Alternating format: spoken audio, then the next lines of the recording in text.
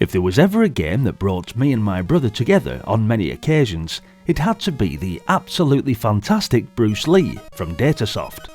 And I'll always be thankful that US Gold brought this beauty over to the UK, for this is one of my favourite games for the Commodore 64.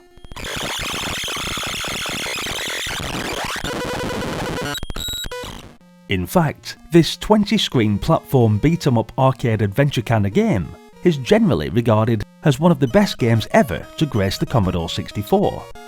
So let's have a look at why everyone thought this, and have a gander at what makes this game so special. Every epic game needs a storyline, and in this, you take control of Bruce, who has returned to the land of his forefathers to infiltrate a wizard's fortress. And, should you succeed, you will be rewarded with treasures beyond your imagination. Okie dokie, sign me up. The most persistent and annoying of your problems go by the name of Green Yamo and the Black Ninja. These two characters will devote themselves to your downfall, and no matter where you are in the game, you will always be pursued by these two. With the exception of a couple of breathing spaces, which we will come to later in the video. A bit of a lad, old Bruce, and has a habit of curling his instep round a bad guy's cranium whenever the mood takes him. It's also rumoured that Bruce used to hang around Blackpool Pier during the summer season and threaten to give a good kicking to anyone who even glanced in his direction. This rumour is, unfortunately, not true. Sporting something akin to the yellow and black outfit Bruce Lee wore in the film Game of Death, although you could just be naked from the waist up in theory, you have to punch, kick and jump your way through the various obstacles, and your quest begins in a sort of village with lanterns adorning the landscape. It's these lanterns that you need to collect in order for a secret trapdoor to open and allow you access to the caverns below. Mind you, if they called this game The Lamp Collector, it wouldn't have been half as successful as it was.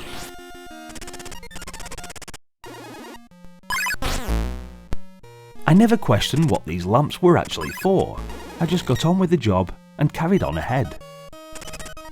For Bruce to be successful, you will have to guide him through the fights as well as the obstacles, and by giving the appropriate commands, Bruce can be made to duck, thump or kick, with his flying kick being the most devastating. The other characters have the same ability, except they are unable to duck. Hard luck, Yamo. The little green fella, Yamo, can be controlled by the second joystick, and conjured up the best nostalgic memories of playing this game alongside my brother as kids. It would start off all nice and cooperatively, where I'd help him fight off the ninja by attacking the little blighter for him, allowing Bruce to continue on his way unassailed. However, as this is primarily a one-player game, there are loads of rest periods in which the game switches to a series of puzzles. Therefore, no room for the Yamo and no need for player 2 temporarily. So usually, when it was my turn to get back into the action, I'd turn my attention on trying to kill off Bruce so I myself could get a go at the good parts of the game. This would either end up in tears, where my fingers would be near broken as he'd try and prise the joystick out of my hands, or him simply flicking the power button on the Commodore 64. Even so, these are good memories. You see, Bruce can survive around 3 or 4 blows before you'll lose a life, while your opponent will lose consciousness after 2 or 3. This gives you a brief respite to gather the lanterns and be on your way to the next area. But your opponents will spring back to life and reappear on the screen again, with the Yamo usually doing his customary call out upon appearance.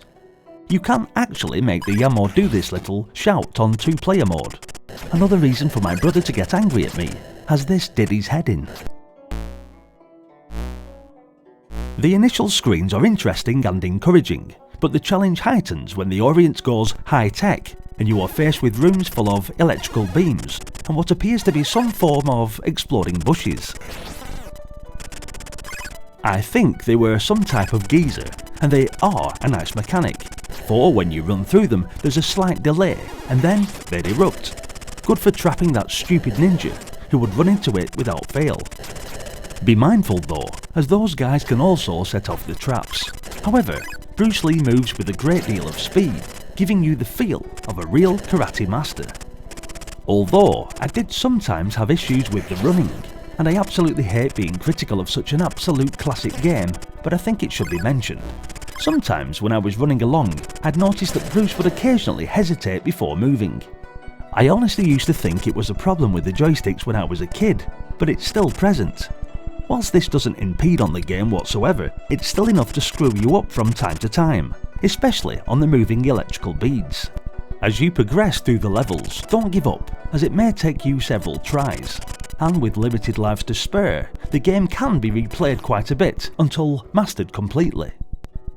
Most of the rooms are fairly easy to figure out, but there are a few places where you tend to get confused as to what will kill you and what you can jump on, but for the most part, this isn't a real issue.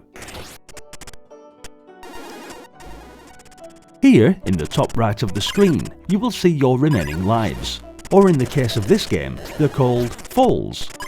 If you manage to get as far as this point in the game though, you can cheese a few extra lives from just running in and out of the screen and collecting these giant yin-yang symbols. You can do this 5 times. You might need these for later in the game, where everything will kill you. Daggers set in ceilings and floors, electrified grids, exploding fountains, cycling force fields. Half the game is learning the timing on all of these, so you can get through the levels quickly before an enemy pushes you into them. I always got hit with this thing. In fact, it's probably the only place in the game you'll need to duck. Hey, I'm a tadpole. Great fun. There's something about this game that makes me come back to it for more. In fact, it's one of the few games that I have ever bothered to complete, and the novelty still hasn't worn off. I think that Bruce Lee must be one of the most original games I have ever played, and the memories just flood back whenever I see it. Even just the main menu music does it for me. It has well drawn and animated graphics, and I love the way that you actually make physical contact with your enemy with a punch on the nose or a kick in the ribs, instead of just zapping with a photon laser phaser. Also, the little noises that the ninja makes with his sword, or the ow noise made when you fall onto a trap and die. It's an absolute classic. I'm throwing a couple of big thumbs up, and I highly recommend you get this one fired up right away on your Commodore 64. You'll love it. Thanks for watching guys, hit the like button if you enjoyed the video, and don't forget to leave a comment in the section below and let me know your childhood memories of this awesome game. Oh, and there was also a more modern release in 2019, developed and published by Megastyle, which re-engineered Datasoft's classic Bruce Lee, giving a new twist on the 1984 original. Check it out if you get a chance, as it's very good. I'll link it in the video description.